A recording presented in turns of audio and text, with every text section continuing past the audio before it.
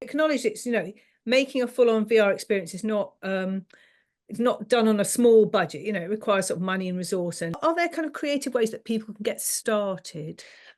So I think if you're an artist, there's lots of really easy ways to do that. This is how I started. So you can download Unity, or Unreal, and you can start, just actually using really simple tools. There's lots of different ways that are easy wins to start experimenting, exploring. It's about looking at as much work as you can. So make sure you go and see stuff, and then finding the funding on those kinds of new programs that are opening up to kind of try and test and find your feet in the form. That came out really strongly from the evaluation was about the role of the librarian in that case, but as a person, as a kind of an intermediary, sort of giving people confidence and really encouraging them. And I think that being able to excite people, you can somebody saying, come and try the headset, it's fantastic, and it'll be this long, and describing is an important part perhaps in getting over that nervousness as well. Making those people the vanguards of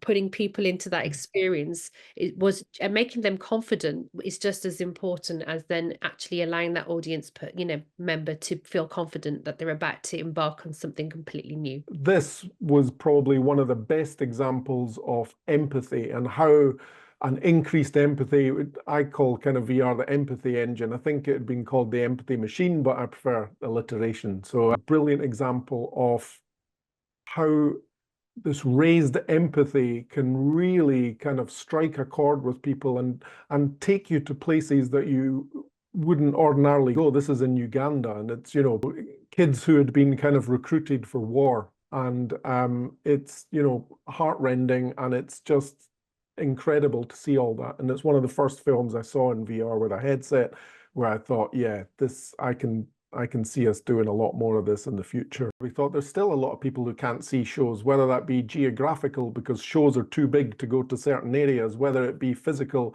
whether it be socio-economic, whether it be psychological.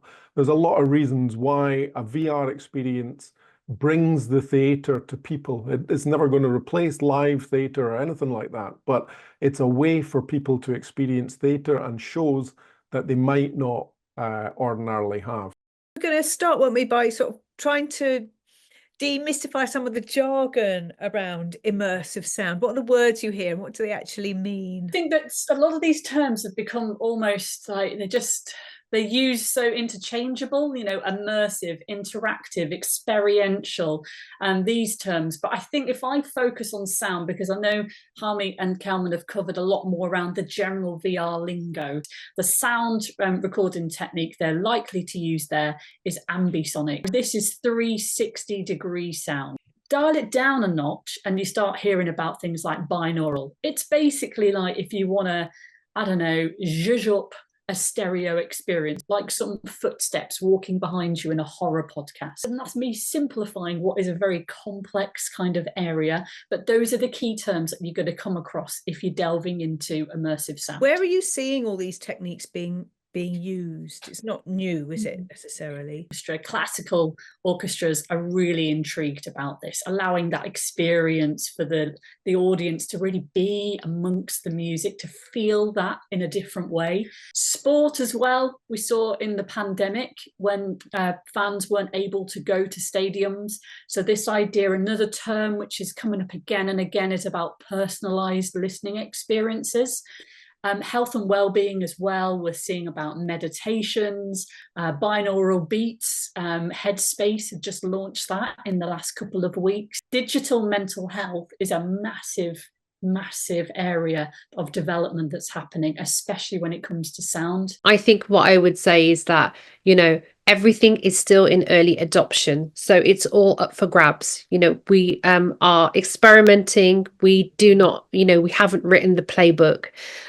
So I would say be brave and, step forward into the future, being led by your own curiosity, making the experiences that you want people to see and to feel. We consume culture in so many different ways that the playing field is wide and open for all of us to create experiences that are meaningful for all of us.